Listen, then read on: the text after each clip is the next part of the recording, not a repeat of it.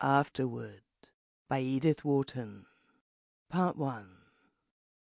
Oh, there is one, of course, but you'll never know it.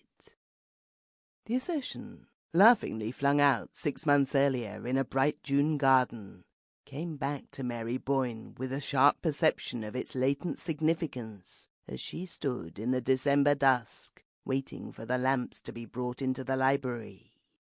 The words had been spoken by their friend Alida Stair as they sat at tea on her lawn at Pangbourne, in reference to the very house of which the library in question was the central, the pivotal feature. Mary Boyne and her husband, in quest of a country place in one of the southern or southwestern counties, had, on their arrival in England, carried their problem straight to Alida Stair, who had successfully solved it in her own case. But it was not until they had rejected, almost capriciously, several practical and judicious suggestions, that she threw it out. Well, there's Ling in Dorsetshire. It belongs to Hugo's cousins, and you can get it for a song.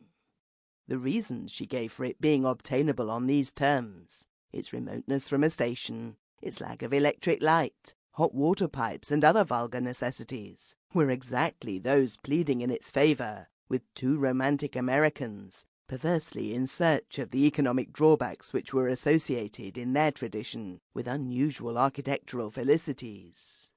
I should never believe I was living in an old house unless I was thoroughly uncomfortable, Ned Boyne, the more extravagant of the two, had jocosely insisted.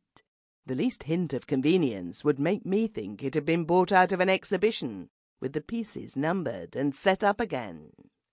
And they proceeded to enumerate, with humorous precision, their various suspicions and exactions, refusing to believe that the house their cousin recommended was really Tudor, till they learned it had no heating system, or that the village church was literally in the grounds, till she assured them of the deplorable uncertainty of the water supply.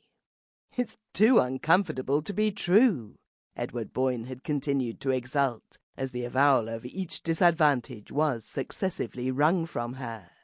But he had cut short his rhapsody to ask, with a sudden relapse to distrust, "And the ghost? You've been concealing from us the fact that there is no ghost." Mary at the moment had laughed with him, yet almost with her laugh, being possessed of several sets of independent perceptions, had noticed a sudden flatness of tone in Alida's answering hilarity. "Oh, Dorsetshire's full of ghosts, you know." "Yes, yes, but that won't do. I don't want to have to drive 10 miles to see some—" Sample complete. Ready to continue?